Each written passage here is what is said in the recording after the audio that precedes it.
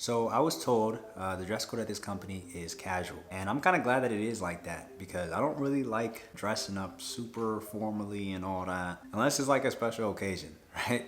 Most of the time I just like my tees, my sweatpants, my shorts, things that are cool, right? And chill. But since this was my first day, of course I didn't want to act like I didn't care. I still wanted to be somewhat presentable. So I put on my typical Jake from State Farm outfit, right? Polo, khakis, and honestly I think it was a nice look, right? And that's how I got my day started. My day actually started at 10 a.m. And the reason for that is because the company is based in Central Time, but I'm in Eastern Time, so I'm 1 hour ahead. So I had to start a little bit later. Now, a few days prior to this initial start date, Monday, February 9th, 2026, the company had actually sent me some equipment. They had sent me a laptop, a Microsoft Surface laptop. They sent me two relatively pretty big monitors. I was like, oh wow. They sent me a docking station. They even sent me this interesting little tool. Like it's like a hardware token for the sake of two-factor authentication. I've seen one of those things online, but I've never, interacted with one in person. So it was actually kind of cool. So he sent us that stuff. So I set it up a few days prior. Today was like the technical setup. That was the first call. And after that, I would have other meetings throughout the day. So I joined that call. And in that call, it was me and three other individuals, two guys and one woman, right? The two guys were gonna be service desk analysts, just like me, right? And then the woman, I think she was gonna be some sort of compliance analyst or something like that. And then it was another guy who was helping us, and he was a service desk analyst as well, but he was like the main guy assisting us, helping us get started. So what he did is that he was working on, creating our accounts, and then he gave us our individual usernames and a temporary password that we would use for initial login. So we began the process of like typing in the password. We're like boom, boom, boom, boom, and boom. It didn't work. So I was like, okay, what the heck? So I typed it in a little bit slower. I was like, okay, do. Boom. It didn't work. It said incorrect password. And then I typed it again. Do. Boom. Didn't work. And I wasn't the only one experiencing this issue. It was all of us. So the main service desk guy, he was like, man, like, what the heck is going on here? So what he ended up doing is that he gave us a secondary temporary password. So we each tried that, and we thought that it would work, but it didn't work, right? That didn't work either. He was like, huh? And he ended up giving us a third temporary password, but that one didn't work either. And that one wasn't even as complex as the other ones. The other ones were more complex and multiple characters and symbols and signs, but this one was just like a word. So this little issue actually ended up turning into 2 to 3 hours of troubleshooting, which was a bit unexpected to all of us. This was supposed to be like a simple thing, but I think from my understanding, I think what was going on is that this company's infrastructure was kind of hybrid. So they had on-premises Active Directory and then cloud Active Directory, and they had to like sync up, but something was going on where they weren't syncing up properly, and that was kind of like affecting us and kind of stopping us from being able to log in and authenticate. It was a lot. During that time of the guy troubleshooting, we kind of just started having conversations, getting to know each other. And naturally, you start asking, okay, hey, like, where are you from? Where are you from? I said I'm from Florida. Another guy said he's from West Virginia. And things kind of took a different turn because since I told them that I was from Florida, they started asking me, so I'm sure you've been seeing like iguanas laying around. And I'm like, yeah, I've been seeing iguanas laying around. And to give you guys a little bit of context of what they're talking about is recently Florida has kind of experienced a bit of because I live in South Florida, a bit of a cold front, right? And it's been colder here than usual. So because of that, we have iguanas, right? And a lot of these iguanas, they've actually been freezing, and they like to be up these trees, so they just naturally just fall down, right? So you'll find them in random places on the road or on the street, just frozen, just immobile, unable to move. So a lot of people have been picking them up. A lot of people have been kind of messing with them. Some people have even been taking them home and eating them. Now, don't ask me what iguana meat tastes like, because I don't know. Nor do I want to know. Some people say it tastes like chicken, but I'm good. I don't know if I want to find out. But then again, maybe actually, who knows? But we just kind of just started talking and joking around like that. So it was a cool little thing. But one thing that the main service desk analyst guy started telling us that kind of perked up my ears is that he was saying that the company really does a good job in taking care of its employees. And one of their main perks or benefits is that they have like this certification program. Like they have a list of certifications, and if you get any one of those certifications, then they'll give you a bonus. So maybe it's the CompTIA Network Plus or Security Plus or whatever, right? And if you get that, then they'll give you a bonus. So when he told us that, I was like, wait, what? And he was like, yeah. Wait, what? Are you for real?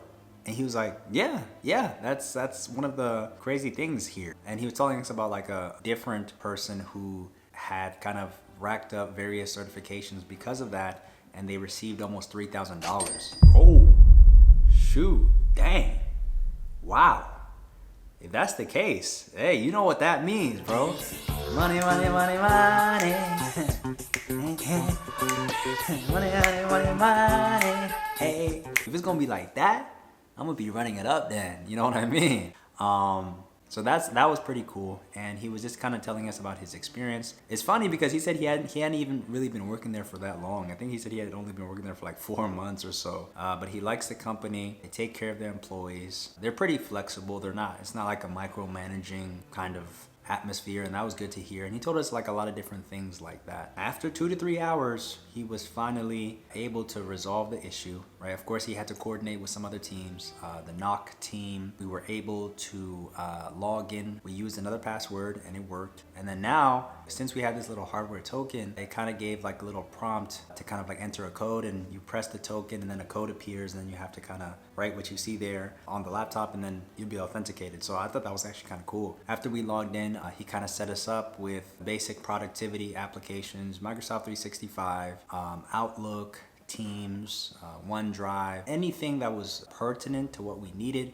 He got us set up with that, and then he said that we were good to go. But the unfortunate thing is that because this initial call ran a little longer than it should have, it actually pushed back the other following meetings that we had afterwards. Like I think we had like an HR meeting to discuss like benefits and all that. We had like a security meeting and different meetings, but those actually ended up all getting pushed to the next day, which was Tuesday. Because there were 4 of us in that call, but I think in total there were about 7 people who were getting onboarded. And I think one of those people didn't even show up, or they couldn't make it for some reason. So to account for that person, and so we could have all 7 of us kind of like set up at the same time, they pushed it to the next day. So really what I ended up doing for the rest of this first day was just working on training, initial new hire training, compliance training, because this company is kind of special because not that they're a government company, but they work with defense contractors and they support them. They provide IT services for them. So I had to do a lot of compliance training, learn about different policies and things of that nature. But the good thing is around 3 o'clock, I was able to set up a meeting with a person that I now know to be my manager for my specific team of Service Desk Analysts. And we hopped on a call and I kind of got to know him a little bit, and he was cool, right? You could tell that he was very laid back. He was chill, but he was still kind of like no BS. Like he got to the point, he was straight to the point,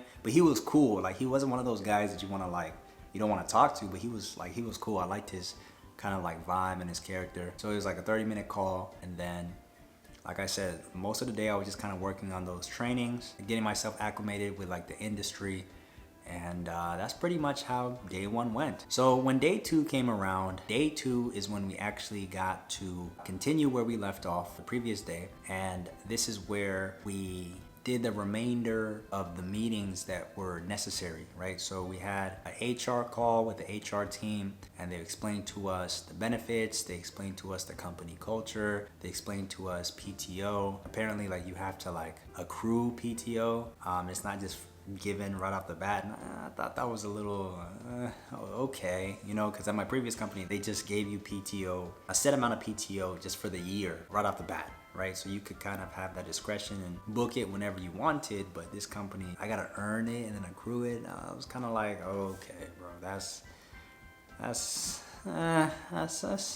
I mean, it's all right, but of course, it's not ideal. But I guess no company is perfect. But their other benefits seem pretty promising. And then another thing that they started talking to us about is timesheets, because of course this is an MSP and they're working with clients, and they have to bill the client and input the time that, like, let's say if I was working on a ticket or something like that, I would have to say, okay, I worked on this ticket for 15 minutes, and then I worked on this other ticket for like 10 minutes or 20 minutes or whatever it may be. And as I do each individual ticket, I kind of mark it down in the timesheets. Or if I go into like a meeting or if I'm doing some sort of training, I've got to put that in timesheets as well. It's a process for documenting kind of what I did throughout the day. I've done that before in my previous company, so that wasn't really new. But the only thing is that, of course, you got to like keep up with that. Like sometimes if you're not careful and you don't keep up with that, bro, like you can get lost and then your timesheets are not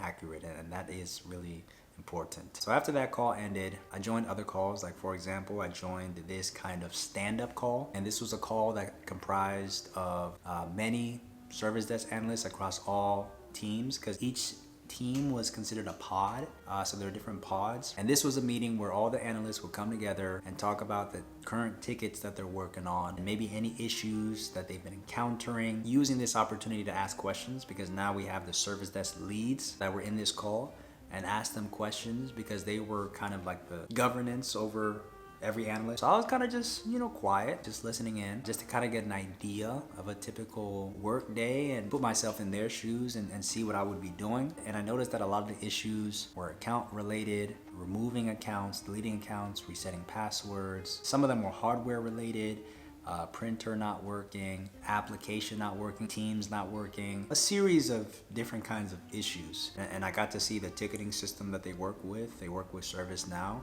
and they were kind of like going through it, clicking on different things, and I was like, oh wow, that's cool. And then eventually that meeting ended, and then I had to attend I think 2 or 3 more meetings. Really the whole day was just meetings. And after all that was done, I was like, ooh, finally. Because after a while it gets a little draining. So I continued what I was doing before, continued working on trainings, new hire trainings, and that's kind of like what I did for the remainder of the day. Yeah, so as of recently, I've begun the shadowing process. I completed all my training, right? Finally, right? Because that was extensive. And I've been shadowing a person, one of the service desk analysts, who was deemed to be, excellent or pretty good at his job. And I've been kind of hopping on a call with him and then kind of see him working through active tickets. Like for example, onboarding tickets, wherein one of our clients has a user, a new employee in their environment. Hey, we have Jeremy, he's getting started at this date. He needs his accounts created in Active Directory or Entra ID. And he also maybe needs a laptop procured, and he needs this and he needs that.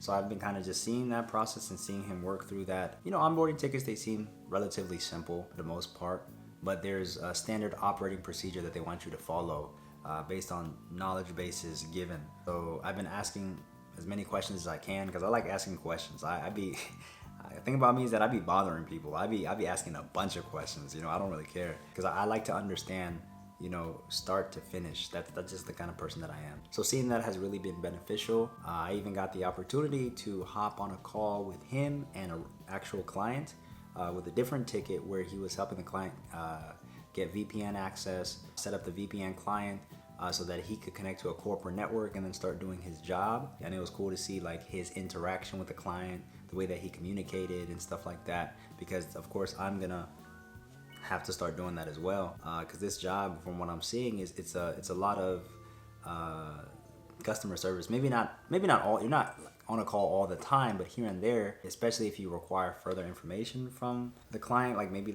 in their ticket they just were not clear. Like you gotta call them, right? You gotta call them, you gotta talk to them and see what is really going on. But eventually, what I was told is what I'm gonna start doing is reverse shadowing, wherein the analyst in question, he actually assigns me tickets and then he kind of lets me do it, and then he kind of in the background watches me as I do it and checks to see if I'm missing anything or if I'm doing things correctly. So I was told I was gonna start that very soon. And honestly, I'm excited for that because I think that's the best way to learn, where you don't just watching people is cool, but you gotta do it yourself, right? Watching someone ride a bike is cool, but I gotta ride a bike. I gotta fall over. I gotta scrape my knee. That's how I learn. But the person I was assigned, of course he showed me some things, but I noticed like he was jumping around and he kind of moves fast pace, jumps from ticket to ticket. And also what's been happening is that he'll be like, okay man, I gotta go do something, but I'll call you right back, right? And then he'll kind of disappear for like 2 hours.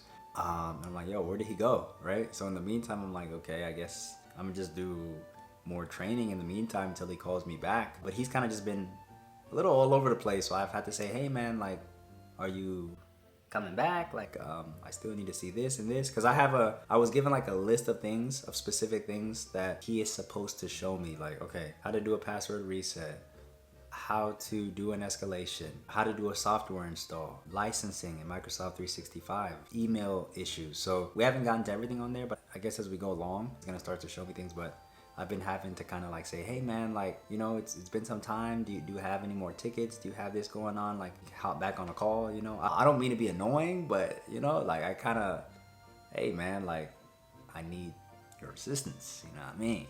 But it's been cool though.